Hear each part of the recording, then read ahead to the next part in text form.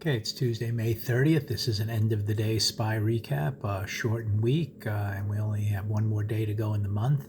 But for today, on a Tuesday, we end up with a kind of a two-up red bar, meaning we took out the high the previous day, which was kind of expected given the green day, but we kind of gapped up. And for the most part, we moved lower all day long, found a little bit of support at the bottom of the range and closed a little bit off the lows. We held the midpoint of the prior day. So you were kind of in conflict all day in terms of the structure.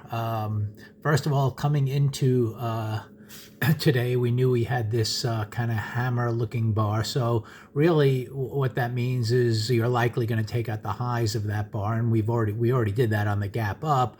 What was also in play, even though we had an upward bias in the bigger picture, which I'll get to in a second, is this was just a broadening bar. This was an outside bar last week. Took out the highs of the previous week and lows of the previous week. So it's always possible that this is just choppy action in here. And so far, in terms of just immediately gapping up and then starting, selling off a little bit, it shows, you never know if we're going to be making higher highs here and then eventually lower lows and all that stuff.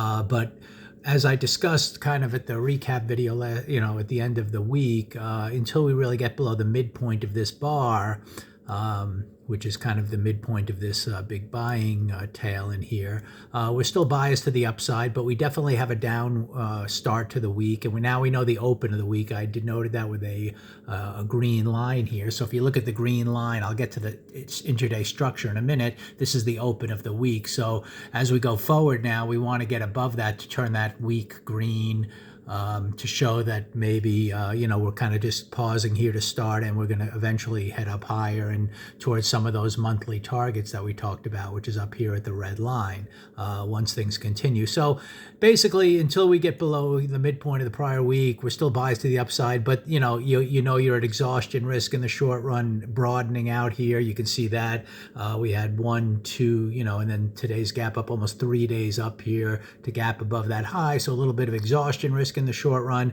So we pulled back is all that really happened. And today, in terms of structure, the overnight range was between the blue lines, and we opened up down. We were going to see, even though we're gapping up, we opened up down with the first bar, and then we followed through. So there was really a short-term sell signal there, and price then was just having a tough time. You can just sense it all day long, just a tough time. It was going down, but the trend's up and people are buying, then you go down, and you can almost view this as kind of a 1 push, 2 push down type of thing to the midpoint of yesterday, and we just kind of hold there. And really, if you were going to trade this outright, the only thing to do is really to go short here at the open and see what kind of a downward move you might have got, even though you were anticipating eventual buying coming in, and it was just a tough day to trade, and you have to kind of know that. And either you just stay out completely because there was no clear signal. If we had a clear red to green move, you would have been buying that and looking to take out that high, but that didn't develop. And once you saw all these bars in here early in the day, you kind of just sense what was going on.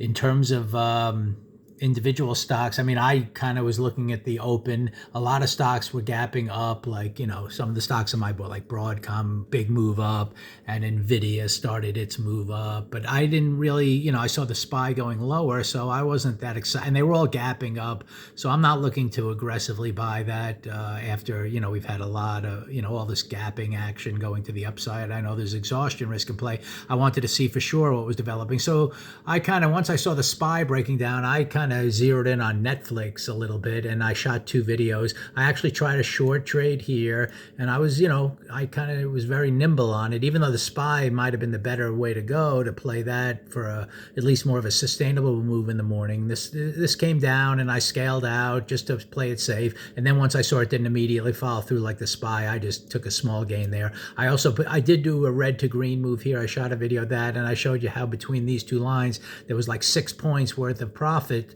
to take here, and so whether you traded options or the stock. And then, it was an area, and you can look at the video where I said it might pause, and clearly that's where it paused. And then we just went sideways for the rest of the day. I talked about how I wasn't that excited it was going to take out its high, given the nature of the SPY, and I really just given the strength of the stock and the uptrend, I wasn't excited about taking out the low. So, you just have to just play the price action that's dealt to you, so to speak. And it was very tough today. I mean, there was just not much going on, at least that I saw. I'm sure there were a few stocks out there that look good. So anyway, with the SPY, we now come in, we have a reference point of this open of the week. So we want to see tomorrow if we get above the midpoint and go higher. If we get a 2 down day, which I can certainly see happening, a little more of a sell-off, you do have a fair value gap between the high of this bar and the low of this bar. If you look on the 15-minute chart, that's right in here. So I could see coming down and kind of working towards this area and then seeing if that area holds or if we just, slice right through it.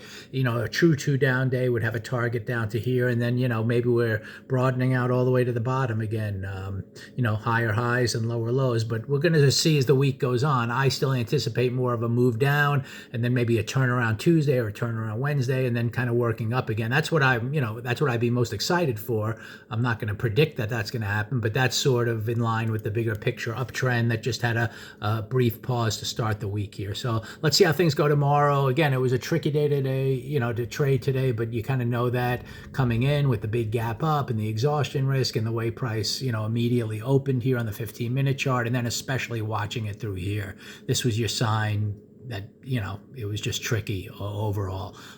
So anyway, let's see tomorrow if we continue lower. We're going to judge where the pre-market range is, how it forms in relation to the midpoint of this bar.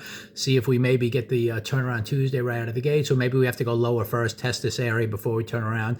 And again, I would, if the market really wants to open weak, a lot of these stocks can be pulling back. So I would play the sell side and just see what kind of week unfolds. Maybe we're going to get, a 3 week to the, that closed higher. Maybe we come all the way down. And it doesn't seem likely given these bars and given the bigger picture that we discussed on the monthly chart, but you never know. So let's see what happens tomorrow.